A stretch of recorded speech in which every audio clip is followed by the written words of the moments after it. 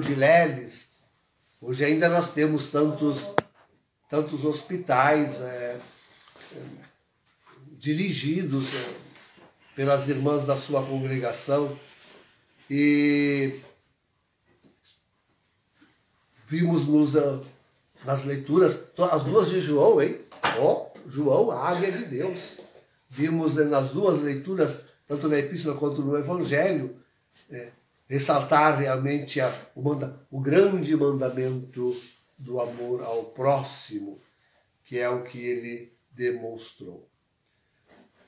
Mas afirmemos com toda a tranquilidade que não há maior amor ao próximo do que a defesa da doutrina católica verdadeira. Este é, sobretudo hoje, queridos, nós estamos realmente no fim dos tempos, preparando o retorno de Jesus, é o fim do mundo.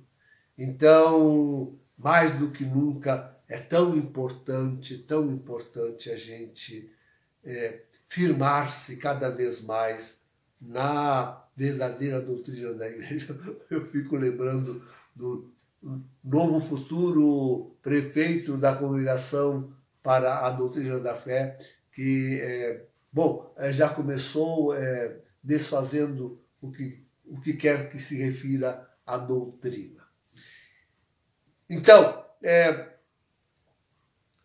apareceu esse fim de semana, no Lácio, um aviãozinho com uma faixa desfraldada, onde dizia que a renúncia de Bento XVI não era válida. Ainda retorna o velho assunto que tanto dividiu a igreja remanescente. Lá, e olha, é verão na Itália. O Lácio fica ali na beirinha, é vizinho a Roma, na beirinha do mar. E o povo todo assistiu o desfile daquele povo que estava na praia. Todo assistiu o desfile daquele aviãozinho com esses dizeres desfraldados. A renúncia de Bento XVI é inválida. E por mais, ainda nesse fim de semana, creio, o Andrea Chonti, que é o autor do Código Ratzinger, foi premiado, recebeu um prêmio, viu? Recebeu um prêmio na Itália, lá em Roma. E deve estar todo feliz. Então, este ponto que tanto dividiu, de fato, a igreja remanescente, né? Aí vem Chonti dizendo que se trata aqui de uma figura, da figura canônica da sede impedida, né? Sede impetita. Então, tanta coisa que se arquiteta. E olha que nós tivemos Bento XVI tomando consciência. Ele entendeu que estavam lutando por isto e veio a público dizer não, a minha renúncia foi válida. Eu a fiz, bem assim ele disse, eu a fiz de forma consciente, não me deixei influenciar por nenhuma ameaça, não me influenciou o deep state norte-americano, porque até isso chegou aos ouvidos dele. Ele disse, não fui influenciado por aquilo. Aliás, como eu já disse muitas vezes, cansei de me dizer aqui, nesses anos todos, eu não deixo de dizer que não se trata só daquele bilhetinho lido por Bento XVI no consistório diante dos cardeais. Não, a sua renúncia não trata só daquilo. Trata-se de muito mais. Né? Trata-se de todos os discursos que ele fez depois. Trata-se da sua vida ali no Vaticano como um Papa emérito, aliás, figura que ele inventou.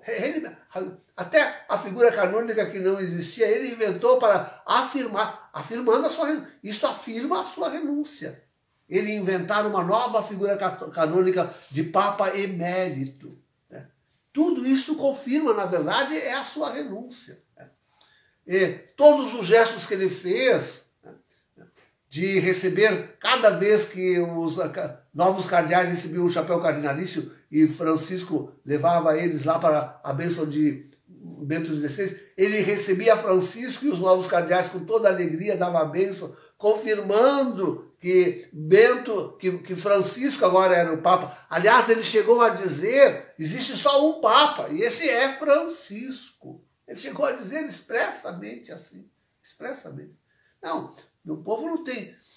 Cada gesto desses era uma confirmação, era de novo uma renúncia. O cânone sobre a renúncia não exige uma fórmula para a renúncia. Bastava dizer isso publicamente. E pronto, acabou, estava renunciado. Quantas vezes publicamente Francisco, melhor dizendo, Bento XVI reconheceu Francisco como Papa legítimo, para nosso horror, né?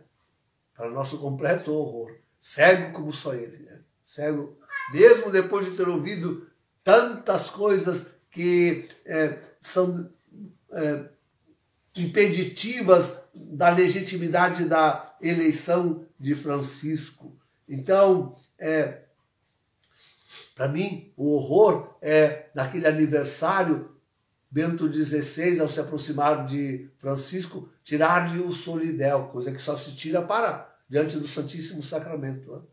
Então, queridos, que voltar a essa discussão, voltar a isto, minha pergunta sempre é essa, a que serve?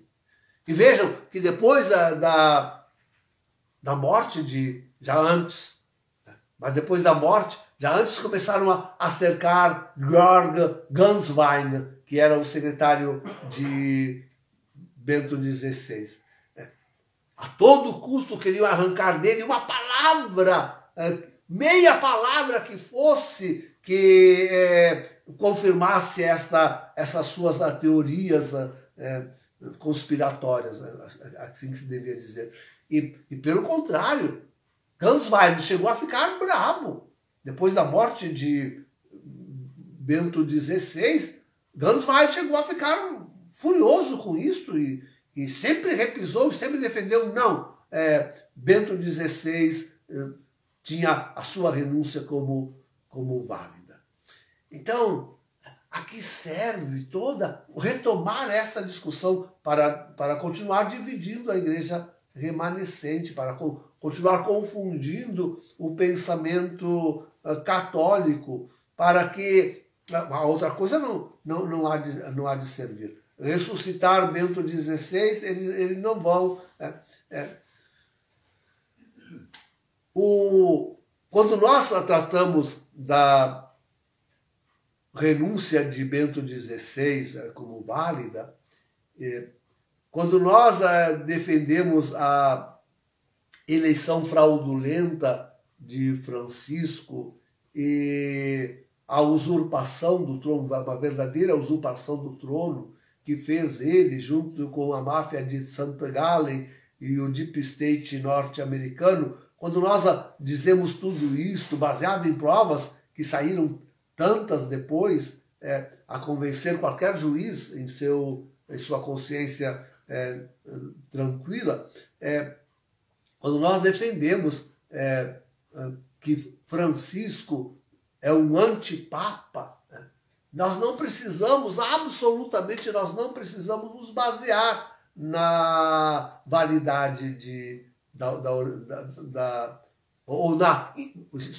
nós não precisamos, absolutamente, nós não precisamos nos basear na invalidade da renúncia de Bento XVI. Pronto, basta ver tudo aquilo que circundou a eleição de Francisco para sabermos que aquilo foi inválido.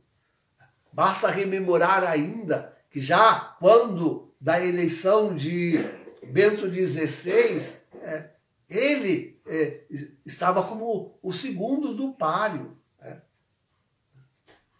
Basta saber que, ainda durante o pontificado de Bento XVI, esse mandou investigar a máfia de Sant'Agale. Tudo isso. Basta saber que já durante o pontificado de João Paulo II, antes ainda, durante o pontificado de João Paulo II, se tinha Martílio, o criador da máfia de Sant'Agale, se tinha Martílio como seu adversário ferrenho e querendo realmente derrubar já João Paulo II. Tudo isso basta e é suficiente. Nós não precisamos bater pé sobre a renúncia de Bento XVI. Outra coisa ainda é para reconhecer que Francisco é o falso profeta. É mais independente ainda de tudo isto. Porque para reconhecer Francisco que ele é o falso profeta, basta reconhecer que ele tem o mesmo discurso do mundo. Basta reconhecer que ele está destruindo a igreja e tirando do céu um monte de estrelas, arrojando elas à terra. E isso significa a destruição da igreja. Isto significa a destruição da igreja. Basta esperar mais um pouquinho para a apresentação do anticristo. Um pouquinho mais de paciência. E então, mais esta prova ainda teremos de que, de fato, Bergoglio é o falso profeta. Ele vai criar, como diz o Apocalipse, a imagem do anticristo. Então, nós não precisamos da invalidade da renúncia de Bento XVI para poder firmarmos bem na doutrina autêntica, certa, verdadeira da Igreja Católica. Não há necessidade de nos dividirmos por causa disto. E esta é, de fato, a minha grande dor. Não se premia a boa doutrina, o bom ensino que nós damos, mas se premia esta gente que, na verdade, está trabalhando pela divisão da igreja remanescente. E isso é muito chato, isso é muito triste, isso é muito dolorido, por causa que a divisão da igreja já é tanta, já tem tantos motivos de destruição da igreja, e mais nesse ponto ainda, que persiste, hein? Persiste depois da morte de Bento XVI, ainda persiste. É muito chato, é muito triste isso. Diria, sim, é uma igreja realmente doente, gravemente doente, mortalmente doente. Valha-nos São Camilo de Leles com o seu amor, com a sua oração, com a sua caridade, para socorrermos a igreja. É o que nós estamos tentando fazer, socorrer a Santa Igreja nesse estado tremendo de enfermidade mortal, na qual, inclusive a igreja remanescente, na qual ela está, na qual ela jaz. Então, muito triste ver o apoio a essas divisões ainda persistirem durante todo este tempo. Em nome do Pai, do Filho e do Espírito Santo.